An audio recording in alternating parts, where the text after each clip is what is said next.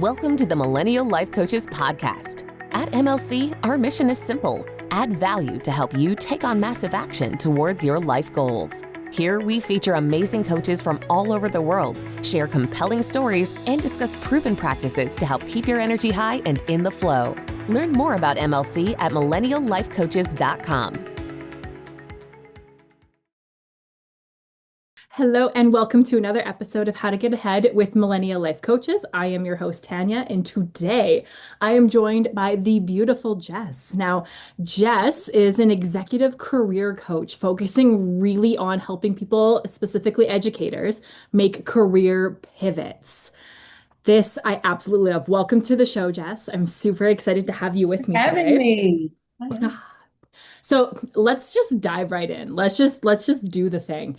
Tell me about executive career coach. What does that all mean? I know you had kind of said before we hit record, you focus more on the educational piece, but for our listeners out there, what does this mean? What does this look like? Tell us about it.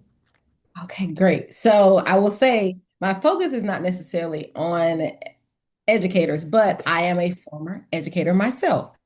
And so a lot of people know me in the LinkedIn world as a person who's made quite a few career pivots. And the executive piece is I'm really helping a professional. It can be anybody who's a professional, but I'm really helping people who want those higher level roles, right? You want to be a director, you want to be a managing director, a senior consultant. So it's more so people who aspire to have greater reach, do more systems level change type work. So, Yes. no diss to anybody who might want to come out of the class and be, or come out of, a job and be like a tutor. However, if you want to really aspire to be in a director or MD role, then how do we do that? How do I can help you quantify your qualities? Love this. How did you get into this? Like, I feel like for someone to switch into something like this, we've had experience with career pivots. Tell us how Absolutely. this all came to be. Okay, so gosh, how far back should I take you? I'll say I was in a role myself as an MD, as a managing director, and it was, just I'll be really transparent. It was extremely stressful. But during that time, I was afforded the opportunity to actually get training from Duquesne University as a executive coach to become an executive coach. So that was really cool. It was a part of my professional development because I was already doing it. I had been coaching people who were in the classroom, then as they made their transition out with this nonprofit. And so from there, it's like, well, I'm already doing this work. And then I had a personal experience myself. Unfortunately, a couple of years back, I had a mini stroke. And that changed everything for me. So that's why the holistic piece is so important because, as I was telling you before, I often find, especially with professionals and people who are in these high stress roles, and even though and teaching is a high stress role, but when you're doing systems change, you're talking about, people who are assistant principals, and, even if you aspire to maybe make more money or have more influence or more impact, oftentimes that impact is really on your body, your whole self. We sometimes we think I can chunk work, right? Like that work-life balance. It's like, no, it's not even work-life balance, it's work-life integration. So for me, I really had to take a step back while I was in that hospital for 3 days and say, when I come out of this bed, what lifestyle do I want? And asking myself those questions helped me as I ask other people those questions. How can we really tailor the career choices that you make to benefit your whole self, your family, your professional and personal goals? Is there alignment with what you're doing professionally? Is there alignment in your body? Is it a whole body? Hell yes, when you sign on to this role, right? Or is it like, probably not. This is probably not suited for me, or best suited for me to be my best self, to be my most healthy self. So that's kind of how I got started. And then I was like, you know what, let's put a formal stamp on it. Uh, Let's do the things. do the thing. I love it. Okay. And I love that you're more on the holistic approach because it's true that like your body will tell you. So Absolutely. let's break that down a little bit more because you said alignment. So what does a career alignment kind of really look like? Like how would I know if I'm out of alignment? Mm, that's a really great question. I think one, your stress levels. I think one of the biggest pieces is when I come into a conversation with a person, I'm like, what do you like the most about your job or the work that you do? And you might say, like, oh, I'm helping children, I'm doing this. Then I say, what are the pieces that frustrate you? And there is a long list Yeah. for most folks. Because most people come to me not because they just are in love with what they're doing. They come to me because they recognize that something's off, right? You recognize, and it's not just a one occurrence. It's not just somebody made you upset. It's possibly my hair is falling out. I feel stuck here. I'm having panic attacks.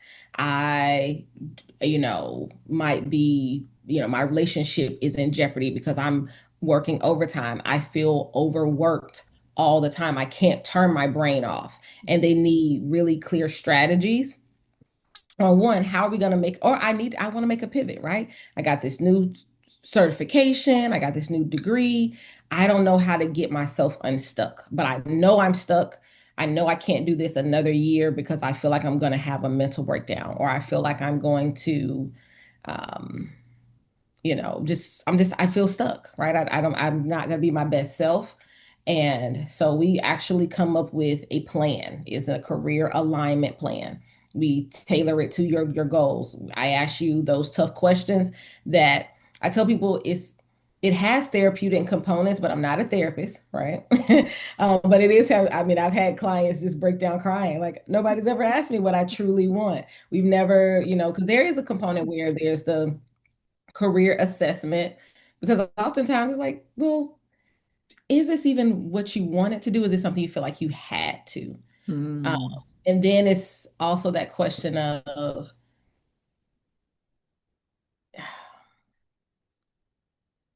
yes, I feel like I have to do this because, I mean, life is expensive.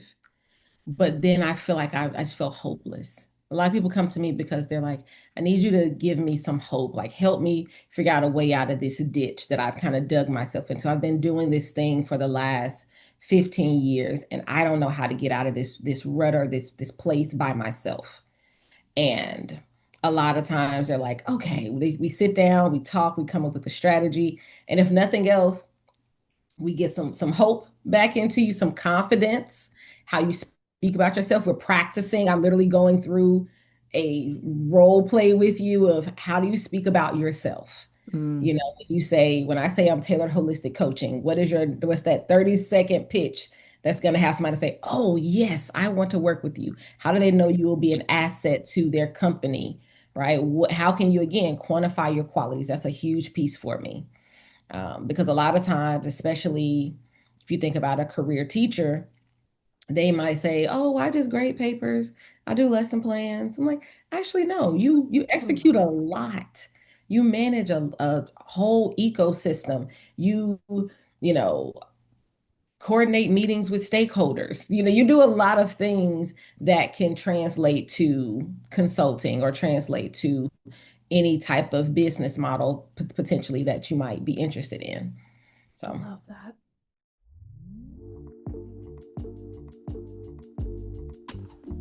MLC's community and network is built on integrity and value, and it really does help people succeed and get in front of the right people. And so with everything that I've experienced with MLC, all the work that I've done with them, alongside them, and the things that I have seen MLC do, I know that there is incredible power and potential in this platform and this community, and I can't wait to see it continue to grow. So far, it's been an absolute pleasure to be part of the community and to receive just the incredible support and resources that MLC provides.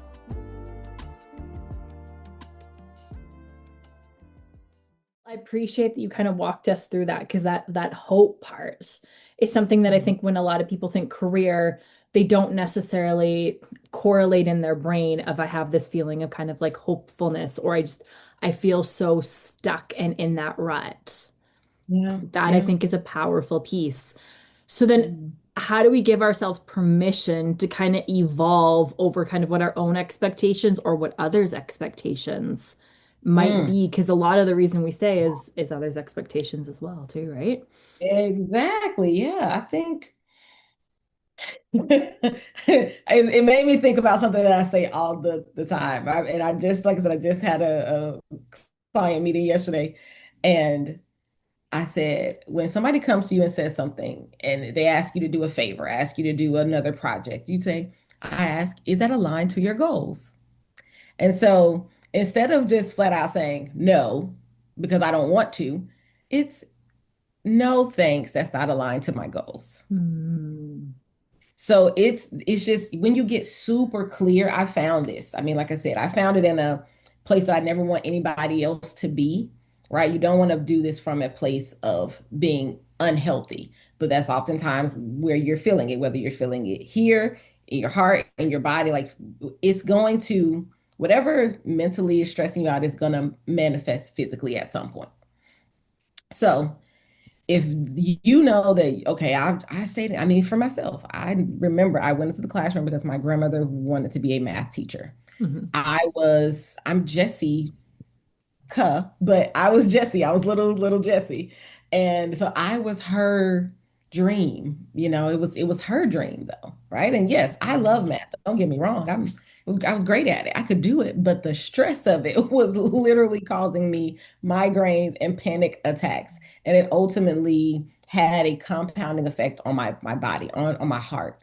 And so I will say you can't live for anybody else. Because at the end of the day, when you are by yourself, when you have nobody else around you,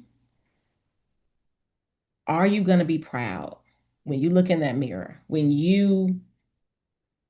I mean, hopefully, like I said, nobody's in a hospital bed. But when I was in a hospital bed, I was like, when I get out of here, I'm gonna only do things that make me proud of myself. I'm gonna only align myself with opportunities that are in my best interest, and not from a selfish place, but from a place of being. Oh, yeah, let's be selfish. Why Yeah, not? it's our I career, mean, it's our life. it's because you have to do it. Um, I remember being a little girl going shopping with my dad, and I was trying on clothes. And I was like, Dad, do you like it? Do you like it? And he was like, do you like it? You're the only one that feels when something's itchy, right? Mm. When something's that is ill-fitting. You're the only one that has to wear that. So it's important for you to like it. It's not important for me to like it. It's important for you to, because you're going to ultimately be the one that's wearing it, that's doing it. I love that. And just that picture, like I can see you as a little girl asking that question, and what a valuable lesson. It was. Like It that is was. huge. At 10, it was like, no, this, you have to like it. And oftentimes, most of us, especially millennials, we have found ourselves in this people pleasing, this, if I want everybody around me. But when you go home at night, when you're by yourself, when you're in that outfit, and everybody may tell you that it looks great, but how do you feel about it? Right? You might get the award of the year, you're this business person of the year, you're this, but how do you really feel about it? You know? Love that. Oh my gosh. Oh, I don't even know how to go from there. Like that was just so much gold. Like notes right there. That's the nugget. Um, let's get some more. Because you have to wear it. That's the thing. Don't put on a career. Don't say yes to anything that your whole body's not saying yes to it. Love that. Yeah. What would you say is the biggest fear people face when they start considering making a change? Will they be successful? Mm, Will they be successful? Um, I mean, it's a faith journey, right? And the sometimes the hardest person to believe in is yourself, mm, right? I mean, think about it. We go out every day and we spend money or put our time and effort into different missions, different businesses, right? I mean, the mug that you're holding, you bought that because it said it had a message, you believed in that message, and you were like, oh, yes. But if I said, hey, put your own words on a mug and believe that somebody's going to see that, think it's beautiful, and buy it. Well, then you clam up. Well, what if Yeah. they don't like it? What if it's not the right color? And we obsess over all the different things versus just trying it. Just try. But I'm here because sometimes if you're like me, I'm a type A person, you want to plan, right? And even like I can't guarantee you results, but I can almost guarantee if you don't try, you're going to be right back there. If you never move from that place, you're going to be stuck. You're going to still be there. So just, yeah, I think that's the number one thing that's held a lot of people back. Their fear of not being successful. So let's say I'm a listener out there and I'm thinking about this and that cut me pretty deep. And I'm like, okay, yeah, that's my fear. Like, I'm afraid that if I make this transition, it's not going to be successful. How do you navigate those uncertainties in those moments? Because let's say I'm willing to take that leap. I just don't know what the next step is.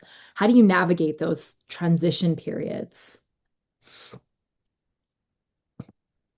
I think the biggest piece is understanding that we're not going to create a grandiose plan that's just going to take you from A to Z. It's going to be chunked. It's going to be, there's still some stuff you have to do in the meantime. You still have to pay your bills. You still have to pay me. So just honestly, it's not free service. So, but we're going to create a strategy to get you through the meantime until you get to the place where you actualize. And I do it like this because it's almost like a stair step. And I tell you, it's not linear, right? We're not going to just, it's going to be some ebbs and flows. But I think the beautiful part about coaching is you have somebody to say, hey, I went out, I tried a thing. These were the results. Help me analyze where I might need to make a shift or a change. And then we go back to the drawing board and say, okay, how might we adjust course? Just like any coach. I mean, I'm thinking about the finals are going on right now. And the piece that even I have struggled with is I don't know what the other team has planned or what, you can only control what's in your locus of control.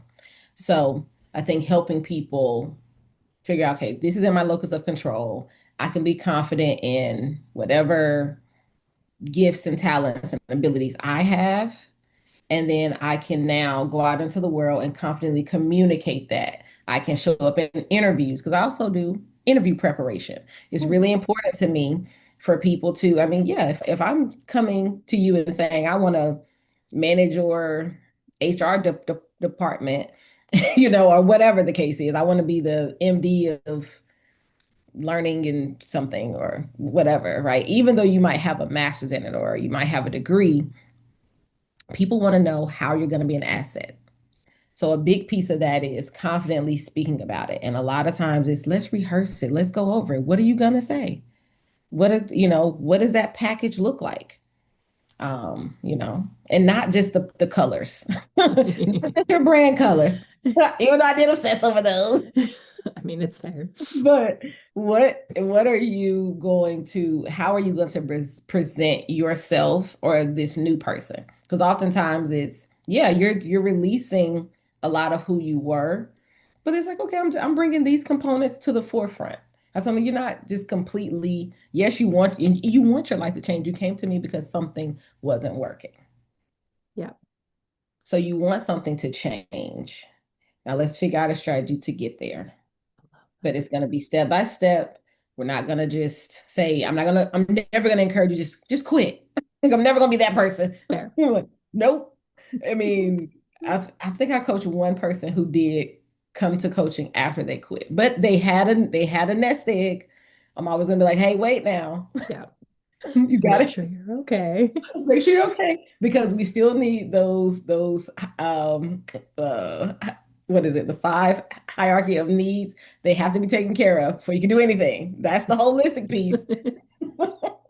You're gonna be like, my coach just said leap. Nope. I said we're gonna make a pivot. A pivot with a safety net. We're fine. Pivot with the safety net, a pivot with a plan. I like to call it a purposeful pivot.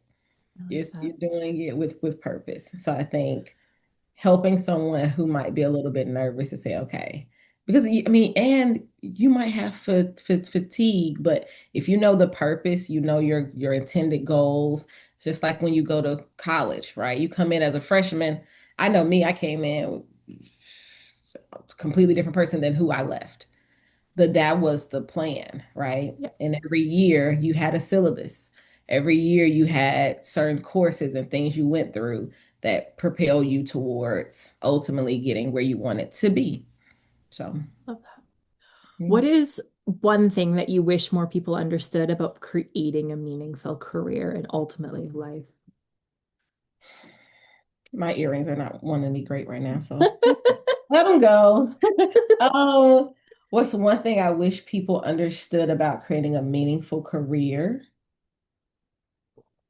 I wish they understood that it's okay if it doesn't look like anybody else's. I like that. It's okay.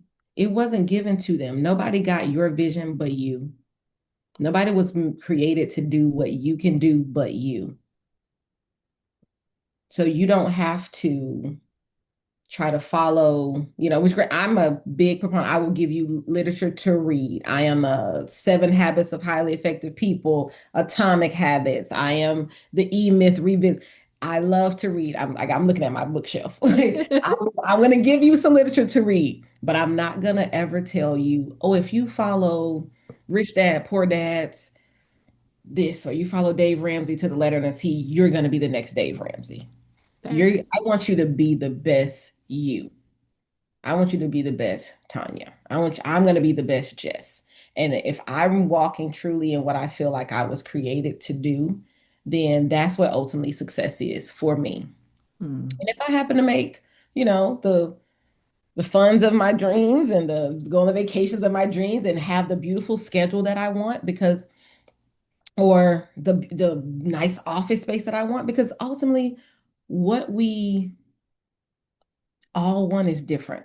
For some folks, the thought of working from home is like, oh my gosh, no, I live here. I just want to live in my house. For me, I wanted the flexibility. I know why I made my pivot. I knew the type of mom. I literally start with your life goals outside of work. Put everything else around. Like work is going to be a part. Yes, it's a huge part of your waking hours as an adult. Let's be 100% honest about that. And you work, you pay your bills. However, you're not the sum of that, because in the blink of an eye, especially if you have been seeing how the world is going now, it could be, no, thank you. We no longer need your services, right? And so then who are you? You're not your job. You are the sum of what you can do, right? And so that leaves you to pick those pieces back up and say, I can be an asset over here. But if you are clear when you go and apply for roles, like, I'm very clear, okay, do you want to go into an office? How many times a week? If you want to work from home, how much of home do you have dedicated to that? Or, you want to dedicate to that? What type of schedule does that look like? Right? I know for me, when I made my first pivot out of the classroom, it was really important for me to be able to go on field trips with my son. I remember a principal telling me, he was in kindergarten, and she was like, nope, you can't go on that field trip because I need you to be here teaching other people's children. And I was like, first of all, I have PTO, so I'm going. But that was the first, I think, catalyst to be like, this is never going to be my life. Like, if it's within what's in my locus of control is, I can get myself out of here. So next year, this time, nobody's ever going to be able to say, I'm never, I don't want to even have to ask, can I go do this? Yeah. I will have the type of work that I will be able to flex my schedule and say, my son has a field trip full stop. It's on my calendar, it's held, and nothing takes precedent over that because of the type of parent that I want it to be. And thankfully, I can say for the last, oh gosh, 7 years, I've been able to keep that promise to myself and to him, right? I mean, I didn't tell him, but I've been able to keep that promise. That was 2019. And I successfully pivoted out of the classroom and I've stayed out. I mean, I go in to support teachers and things. Don't get me wrong. I do still thoroughly enjoy components there. And I'll always be a teacher. That's, Well, I mean, you're teaching others right now. It brings me joy. I was the little girl that got on the report card, Jess is really bright. She's very smart. She talks a lot. And so I want to go back. And if Miss Franklin, if you're watching this, I mean, most of us who are talkers, I said we get paid to do it for a living. That's what I do. So I'm like, Miss Franklin, if you see this, I get paid to talk for a living now. I love it. Okay, my dear. So say I'm out there, I'm listening, I'm like, yes, yes, yes, I need to talk to Jess. How does one get a hold of you? Okay, so I think the best way would be LinkedIn. You can look me up at Tailored Holistic Coaching on LinkedIn.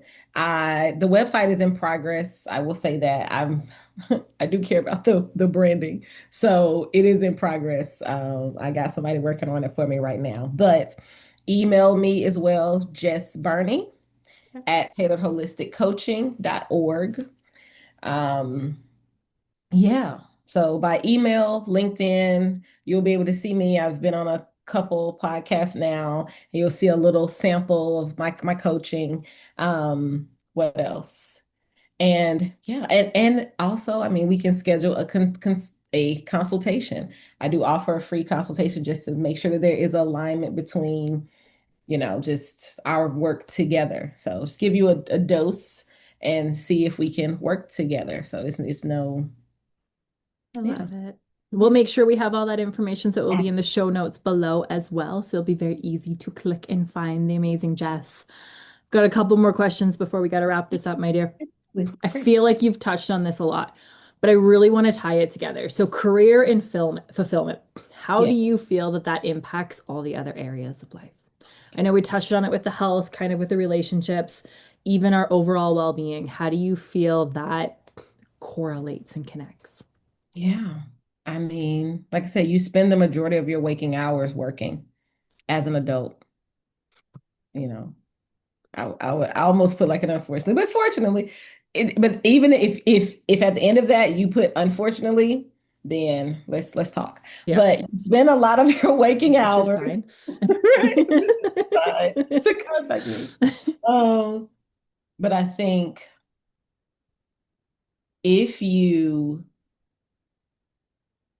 are thinking about your career and it truly does not bring you joy, right? You get up that Monday, oh man, what is that book? It was talking about dread, that Sunday night dread. And I'm a big data person. So the majority of people have heart attacks on Sunday nights or Monday mornings, I would even say the most tragic part of that data, that statistic is a lot of them sometimes don't wake up that Monday morning, or they have like severe, because they're so stressed that, this like, what am I going to wear to work? Then you got to do all the backwards planning in your mind of, I got to get up by this time, wake the kiddos up, or do this, or take the dog out. And then I got to go into this place or log onto the laptop. I mean, for some people, it's like, I got to open this laptop up and go into these meetings. And if that feeling of just overwhelmed, dread, or I got to check Slack or check these emails. Oh gosh.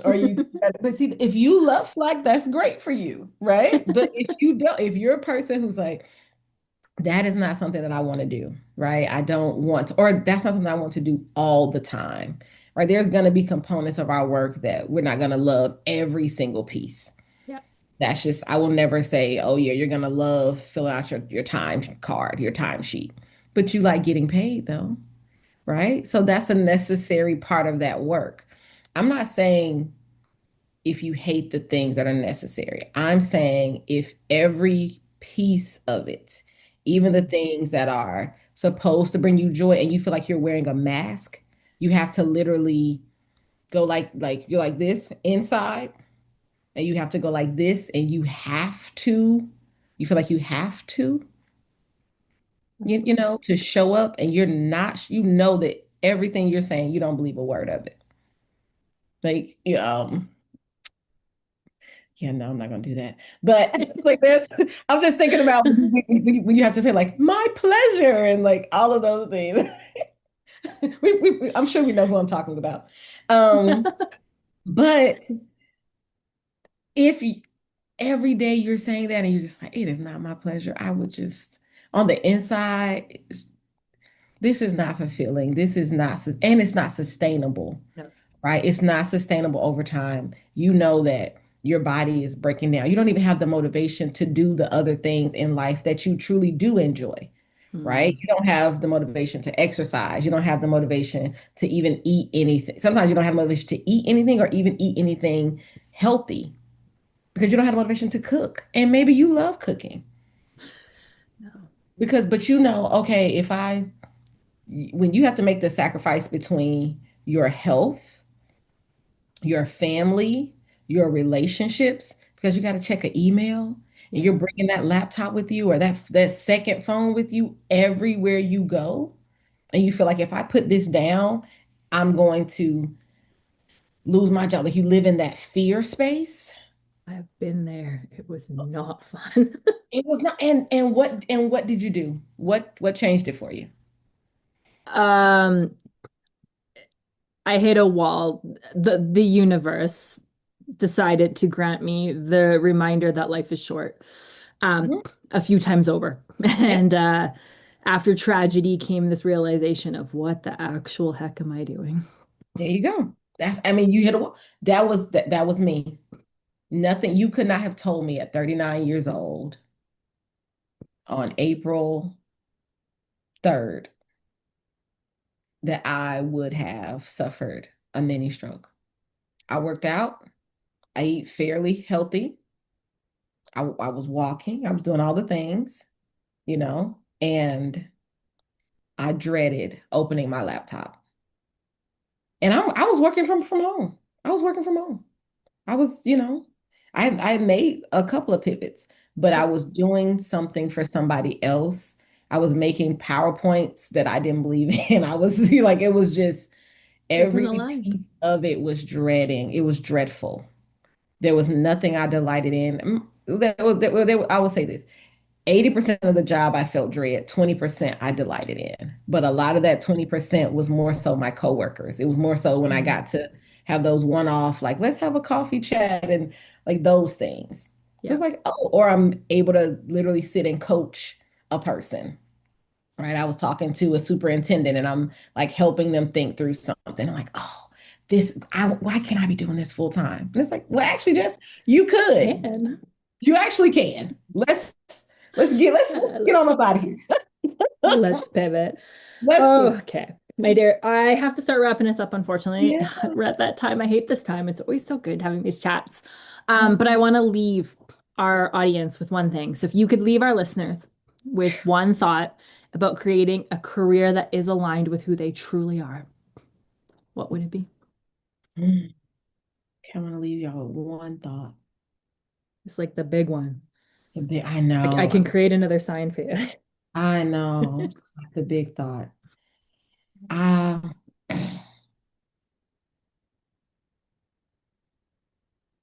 Again, you were created to do something and you know what it is.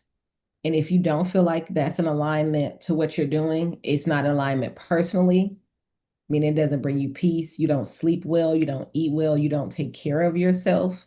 Then you're out of alignment. And it's probably time for you to make a pivot before you hit a wall. I want you to do that before you hit that wall. I love that. Ugh. Seriously.